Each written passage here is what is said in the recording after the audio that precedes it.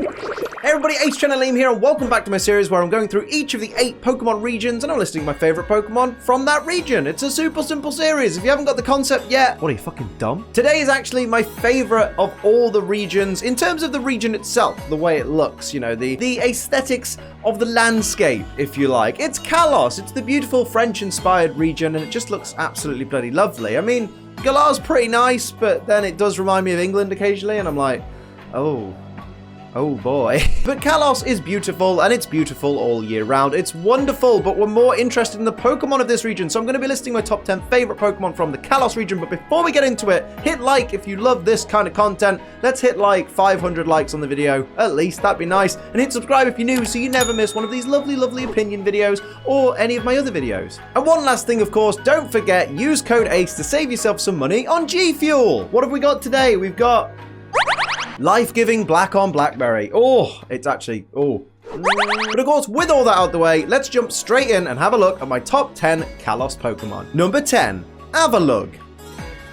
So straight off the bat, I know there's going to be coffee table comparisons because it's a Pokemon with a flat back, and I get that, but I genuinely think Avalugg looks really, really cool. It looks like some kind of prehistoric dinosaur thing. Yes, it's got a flat back, but it's based on a glacier. That's the whole point of it. It's supposed to be a big, like, platform of ice, and I think it's really, really cool, to be honest. On top of that, it's got base 184 defense, which is absolutely ungodly. Granted, it's ice, so it only really resists ice, so it's taking normal damage from pretty much everything else, apart from its weaknesses. But if it has its hidden ability Sturdy, this thing can be a defensive, dirty machine, or at least, you know, because of its low special defense, it can last for like 2 turns instead of 1. But still, give him a chance. Avalugg's a great Pokemon, and if you're not prepared for an Avalugg, you will struggle with Avalugg. That's just the way it is. I love this thing. I think it's boss. It gets a place on my list. Number 9, Diggersby.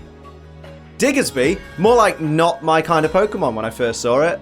Didn't really like it, but unbelievably, slowly but surely over time, I got used to Diggersby, got used to how it looks, got used to its lovely cry that sounds like a burp, and I came to love using a Diggersby with the huge power ability, because then its attack stat is something actually worthwhile and it can really do some proper damage. Not to mention its shiny just screams Bugs Bunny all over and just looks really, really cool. Like if I use a Diggersby, I'm probably going to use the shiny Diggersby because it's just amazing. I really, really like it. It's one of those Pokemon, much like Avalugg before it, that I didn't like at first, but slowly over time just really grew on me. So well done, Diggersby. You done good, mate. Number 8, Volcanion.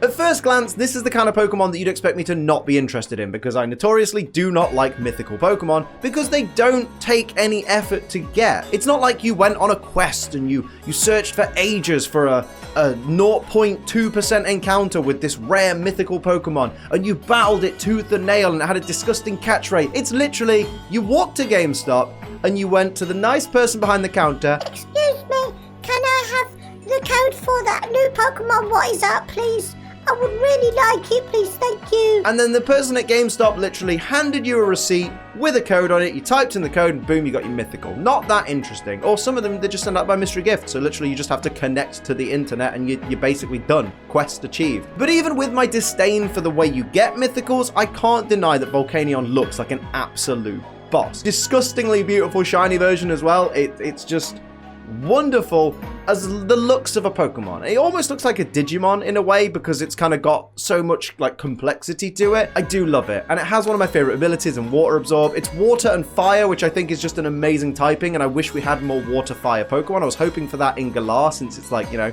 steam and steam engines are a very British thing. Alas, it wasn't to be. Volcanion though, absolutely fantastic, and that steam eruption move that is just OP Scald is just the icing on the big wet fiery cake. Number 7, Chesnaught. It's an unpopular opinion, but to me, Chesnaught is the coolest looking of all the final evolutions of the Kalos starters. Like, Delphox is garbage, Greninja just constantly licking its own neck, which is a bit creepy. I can't do that because people would think I'm weird if I just licked my own neck constantly. Honestly, I just think Chesnaught's amazing. It's a big, bulky bruiser with a huge, massive chestnut shell on its back as armor, and then that ties in with its bulletproof ability that it can have as its hidden ability, because no one wants Overgrow. Overgrow's garbage. But bulletproof, absolutely amazing. I think it's amazing. I know I'm using amazing so much because that's just what Chesnaught is. It's really, really cool. And alright, its stats aren't great, although it does have really good defense, and it does have pretty good attack. It's just slow and 4 times weak to flying, which does kind of suck. But everything I love is 4 times weak to something, mostly. It even has a cool shiny version. Like, I think this Pokemon gets a bad rap just for not being Greninja, and that sucks because Chesnaught's really, really good. Number 6, Malamar. Now, if we ignore the fact that its cry in the anime is absolutely piss irritating, like Malamar, I can't do it. Ivan, take over. It certainly doesn't take away from the fact that Malamar is an intimidating looking Pokemon and just so cool, so awesome, so badass at the same time. Of course, one of the best things about Malamar is that it gets the Contrary ability, which means that any stat drops are actually stat increases, so just spam superpower and your attack and your defense is going to go up constantly while you're using such a powerful attack at the same time. It's just absolutely wonderful as a Pokemon. I mean, annoyingly, it is 4 times weak to Bug, and that's, again, a 4 times weakness. It's one of those things you just have to deal with, but Malamar can be an absolute team destroyer if used correctly, and I think it's just a testament to how cool of a Pokemon it is that it can also be used so effectively. Love it. I think it's great. Number 5, Heliolisk. I'm a simple kind of man. I see a crested lizard, and I think it's cute, and I click like. It's wonderful. But honestly, this little thing is a quick special attacker, and obviously with solar power, it can be an even better special attacker, although it limits its time on the battlefield, because that's, you know, the way solar power works. But Heliolisk's just wonderful. It's got bags of personality. Its shiny form is the most wonderful little red pajama boy I think I've ever seen. Oh, it's just a testament to Kalos's amazing Pokemon design. Like, the Kalos Pokedex gave us so many cool Pokemon, and I think the Kalos Pokedex is underrated. I'm gonna say it. I think the Kalos Pokedex has so many cool Pokemon designs in, and I often think that people do forget that Kalos has such a great wealth of Pokemon, and Heliolisk is a perfect example of that because it's just so awesome. It's really, really fun to use, it's really, really fun to see, and it's just great. Someone send me a Heliolisk plush, because I can barely pronounce it, so I'm not going to be able to tell Amazon that I want it. Number 4, Tyrantrum. Tyrantrum, as I've said before, is every young kid's dream. A big, bruising, T-Rex looking dinosaur, kind of made of rock, that absolutely stomps people out. Of course, to add to its deadly prowess, it also gets Strong Jaw, which is just a fantastic ability. So many great Pokemon get Strong Jaw, and Tyrantrum absolutely deserves it. It's got a beautiful blue shiny to top that off, and you know, I love me some blue shinies. Blue's my favorite color. Tyrantrum just does everything I need it to. Just really, really slowly. Number 3, Hawlucha.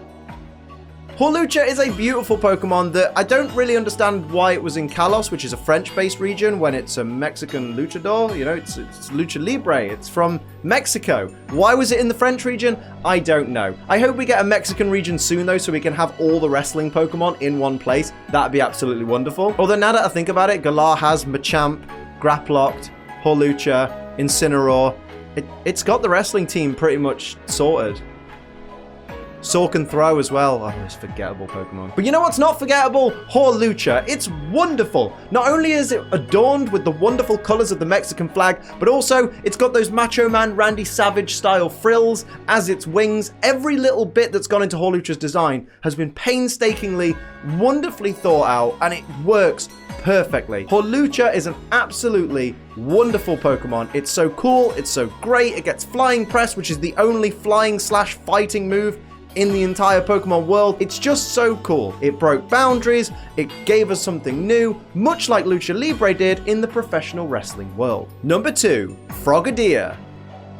Hey look, it's Frogadier. No, don't call it Frogadier. It's Frogadier. I might start calling it I can't even say it. Frogadier.